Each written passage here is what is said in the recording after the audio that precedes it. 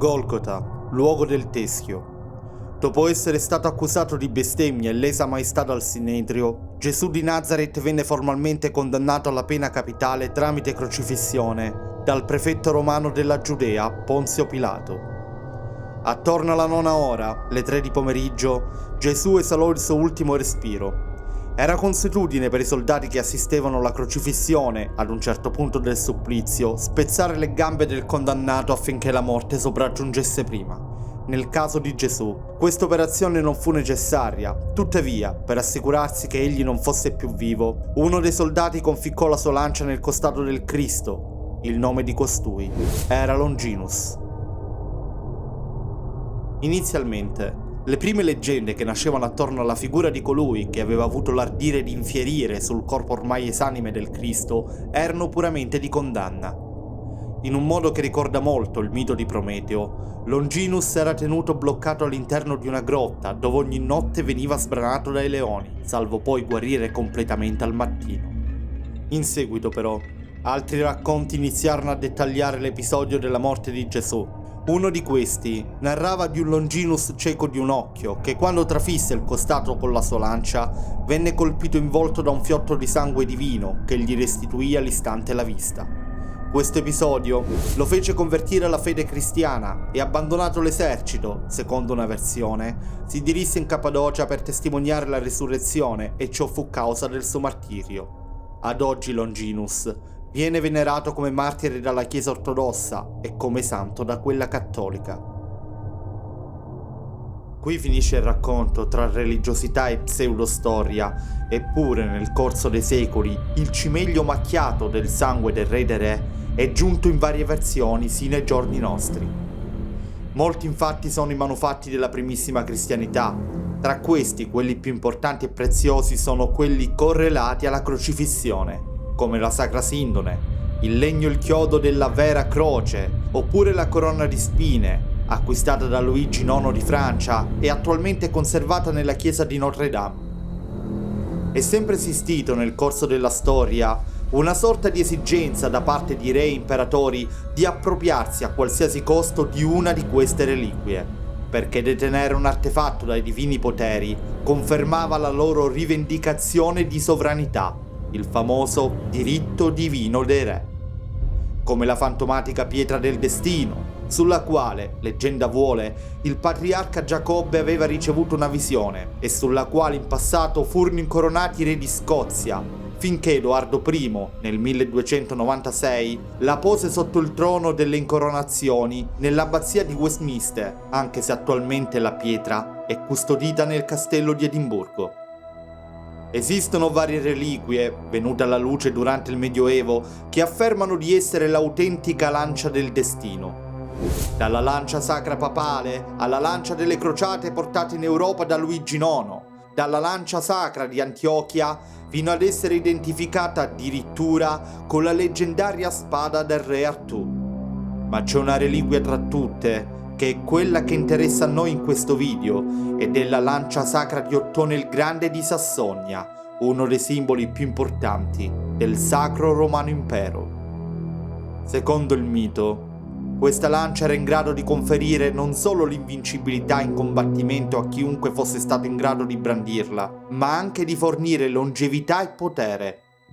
Tra tutte, questa lancia, sempre secondo leggenda, vanta di possedere allocato in uno spazio centrale al suo interno uno dei chiodi sacri che, secondo tradizione, avrebbero affisso il Cristo sulla croce.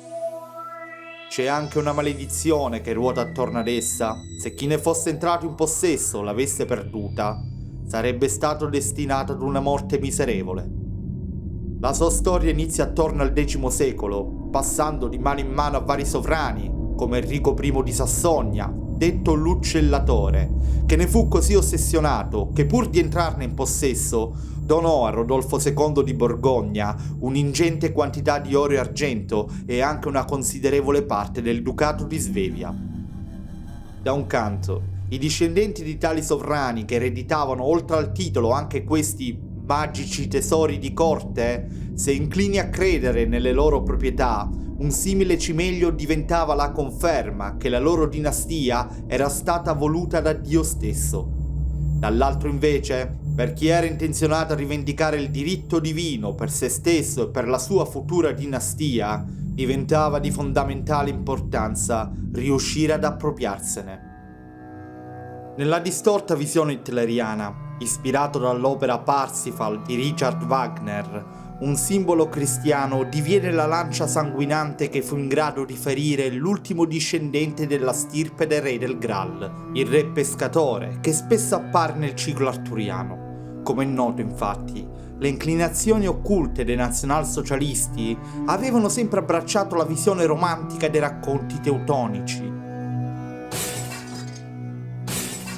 Il rapporto del Führer con la cristianità, di cui rifiutava i dogmi e il legame con l'ebraismo a favore di un cosiddetto cristianesimo positivo, era sempre stato molto teso. La lancia da sempre aveva rappresentato il cuore pulsante del cristianesimo imperiale europeo. Hitler, nel recuperarla, oltre a rivendicare, come già detto, il proprio supposto diritto divino di essere re, cercava di ufficializzare, sia simbolicamente che magicamente, il Terzo Reich come continuazione del Sacro Romano Impero, che i nazisti definivano il Primo Reich.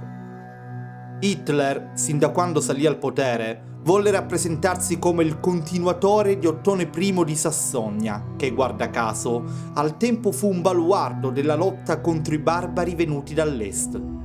L'annessione dell'Austria rappresentò per Hitler uno dei suoi più grandi trionfi e fu proprio in quell'occasione, anche per sancirne la vittoria, che i nazisti trafugarono da Vienna i tesori imperiali degli Asburgo, tra questi anche la famosa Lancia del Destino, che fu consegnata in una solenne cerimonia nelle mani del Führer, il quale la depose nella città di Norimberga, il Sancta Sanctorum del credo nazista.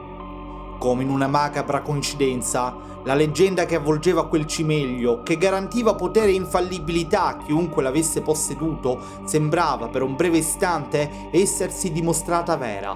Ma come detto, la lancia portava con sé anche una tremenda maledizione. Dopo la disfatta di Stalingrado, Hitler diede ordine che la lancia fosse trasferita ad ogni costo all'interno del Führer Bunker. Perché, potremmo chiederci?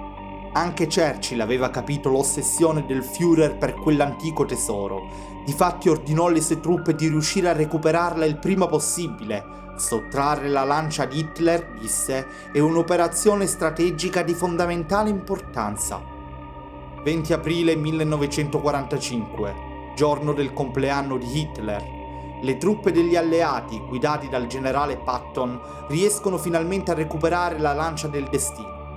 Secondo alcune fonti, lo stesso Patton fu per un breve istante tentato di tenerla per sé, anche lui probabilmente affascinato dalla leggenda.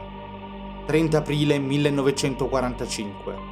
Ancora un'altra coincidenza, ancora un segno inspiegabile che questa volta riuscì a mettere fine al lato più oscuro che la storia europea del Novecento abbia mai potuto conoscere.